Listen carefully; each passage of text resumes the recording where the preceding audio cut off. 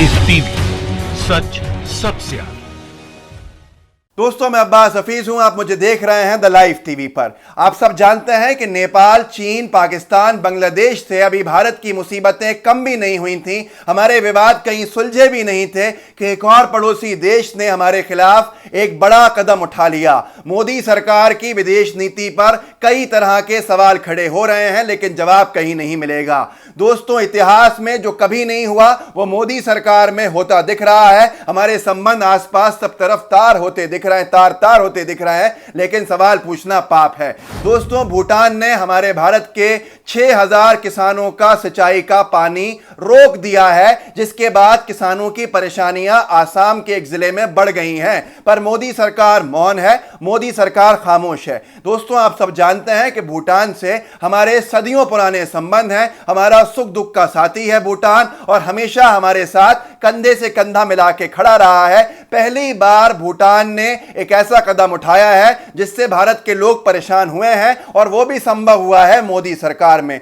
सही कहते हैं अनभक्त, जो कभी नहीं हुआ वो मोदी सरकार में होता है, और ऐसी ही घटनाएं मोदी सरकार में घट रही हैं। दोस्तों, आसाम राज्य की यह घटना है। आसाम में एक जिला है बक्सा। बक्सा में 26 गांव आते हैं, जिनसे पानी जिनकी सिंचाई जो होती है वो भूटान से आने वाली नदियों के पानी से होती है। सन 1953 से धान की खेती, मतलब चावल की खेती के लिए जो पानी का उपयोग यहां के 6000 किसान करते हैं, वो भूटान की तरफ से आने वाली नदियों से आता है, और कोई जरिया नहीं है खेती करने का। अब नेपाल के बाद, चीन के बाद भूटान ने ऐसे ही हमारे किसानों के खिलाफ एक कदम उठा लिया और उस पानी को रोक दिया है।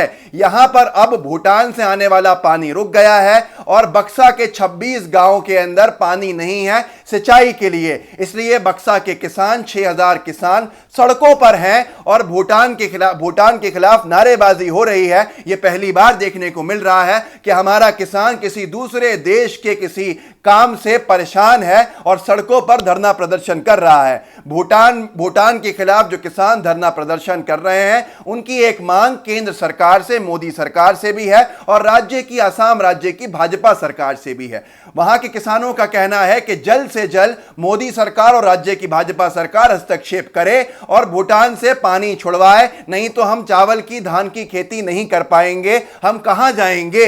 लेकिन मोदी सरकार मौन है, मोदी सरकार खामोश है। मोदी सरकार की तवज्जो, या यूं कह लें कि निगाहे करम, उन लोगों पे नहीं पड़ रहा है, क्योंकि शायद राजनीति का फायदा उन्हें नहीं मिलेगा। अभी चुनाव में समय है वहां के। अगर बंगाल का मामला होता तो अब तो दौरा भी करने मोदी जी पहुंच जाते, लेकिन मामला अभी आसाम का है, चुनाव में वक्त है, इसलिए नरेंद्र मोदी जी ने अभी कोई भी प्रतिक्रिया नहीं दी है। दोस्तों, मैं आपको बताता हूं कि लोग सवाल खड़े कर रहे हैं। लोग पूछ रहे हैं कि एक के बाद एक हमारे पड़ोसी देश भी हमारे खिलाफ हो रहे हैं, तो किस बात का भ्रमण करते थे नरेंद्र मोदी जी? पूरे देशों में घूमते थे। एक तरह से लोगों ने कोलंबस की उपाधि दे दी थी कि जगह जगह घूमना, दिन हर वक्त रहता था, चला आता था। और उसके बाद आज हमारी फॉरेन पॉलिसी से क्या फायदा पहुंचा, इस पे आप सवाल नहीं कर सकते। भूटान वो देश है कि मुझे आज भी याद है, आप स्क्रीन पे भी देख सकते हैं, 2018 का वर्ष था, दिसंबर 29 दिसंबर ये तारीख थी। मोदी जी भूटान में थे 2018 के आखिर दिनों के अंदर। वहां पर मोदी जी ने 4500 करोड़ की आर्थिक सहायता का वादा किया था भूटान से।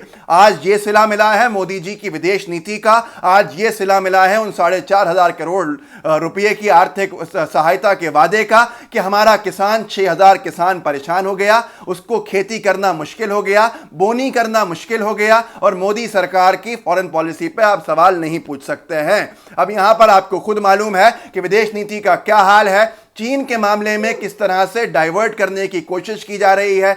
अब जहां पर हमारे जवान शहीद हुए थे, कर्नल संतोष बाबू ने जिस टेंट को उखाड़ा था और शहादत को गले लगाया था गलवान घाटी में, जो चीन ने बना लिया था, आज सैटेलाइट इमेजेस के अंदर दोबारा वहां पर एक और टेंट खड़ा हुआ दिखाई दिया है, जिसके बाद कई सवाल मोदी सरकार से हो रहे हैं। क्योंकि ये कह रहे थे विदेश मंत्री महोदय, रक्षा मंत्री महोदय, कि डिसएंगेजमेंट्स चल रहे हैं, वापस चीन की सेना अपने इलाकों में जा रही है, लेकिन फिर आज उस सैटेलाइट इमेज के बाद से हंगामा खड़ा हो गया है कि जो टेंट उखाड़ने में हमारे जवान शहीद हुए, चीन की जवान की सेना ने फिर से उन टेंट को लगा लिया है। और भारत में मोदी सरकार के ऊपर अगर आप कुछ सवाल खड़े करो तो आप देशद्रोही हो जाओगे। उसके साथ साथ आप देखिए कि हमारी मीडिया कितना अच्छा खूबसूरती से इस मामले के बाद भी लिख रहा है। जागरण लिखता है, आज की हेडलाइन उसकी है, चौतरफा दबाव में झुका चीन, अग्रिम मोर्चा से सैनिकों को हटाएगा, कुछ जवान और गाड़ियां हटाई गई, सूत्र। सबसे आसान तरीका है सूत्र कह देना, लेकिन वहीं पर नवभारत टाइम्स की आज ही की खबर पढ़िए, गलवान घाटी में शहीद कर्नल संतोष बाबू ने उखाड़ा था जो टेंट, चीन ने उसे फिर से लगाया। दोस्तों, यह खबर बहुत कुछ बता रही है कि किस तरह से गोदी मीडिया मोदी सरकार के बचाव के लिए तरह तरह की खबरें छोड़ती है, लेकिन अब देश के सामने असली हकीकत दिख रही है। हमारा किसान अब परेशान है। अभी तक तो 4 देश थे, अब 5वां देश भी आ गया और 5 का पंच बना के ये मोदी सरकार को क्या बताना चाह रहे हैं। अगर हम अपनी मोदी सरकार की विदेश नीति पर सवाल करते हैं तो क्या गलत करते हैं। सबसे बड़ी बात यह है कि हमारे सैनिकों की जान खतरे पे है, पाकिस्तान की सीमा पर, पाकिस्तान भारत की सीमा पर, नेपाल भारत की सीमा पर और अब चीन भारत की सीमा पर। और इसी तरह से हमारा जो किसान है उनका रोजगार खतरे पर है भूटान भारत की सीमा पर आप सवाल नहीं कर सकते, क्योंकि सत्ता में तो बहुत ही बड़े एक तरह के अवतार आए हैं, नरेंद्र मोदी जी और उनकी सरकार, जिनसे कोई गलती हो ही नहीं सकती। अगर उनसे गलती हो जाएगी तो पूरी की पूरी गोदी मीडिया कूद जाती है बचाव में। फैसला आपके हाथ में है कि आप निर्णय कीजिए। नेपाल भी मोदी जी 2 बार गए, उसके साथ साथ चीन 9 बार गए, पाकिस्तान भी पहले प्रधानमंत्री हैं जो एक ही कार्यकाल में 2 बार चले गए और आगे भी जाते अगर ये विवाद नहीं बढ़ते। और भूटान भी गए, सब जगह कुछ ना कुछ वादे भी करके आए, पर उन वादों का क्या सिला मिला।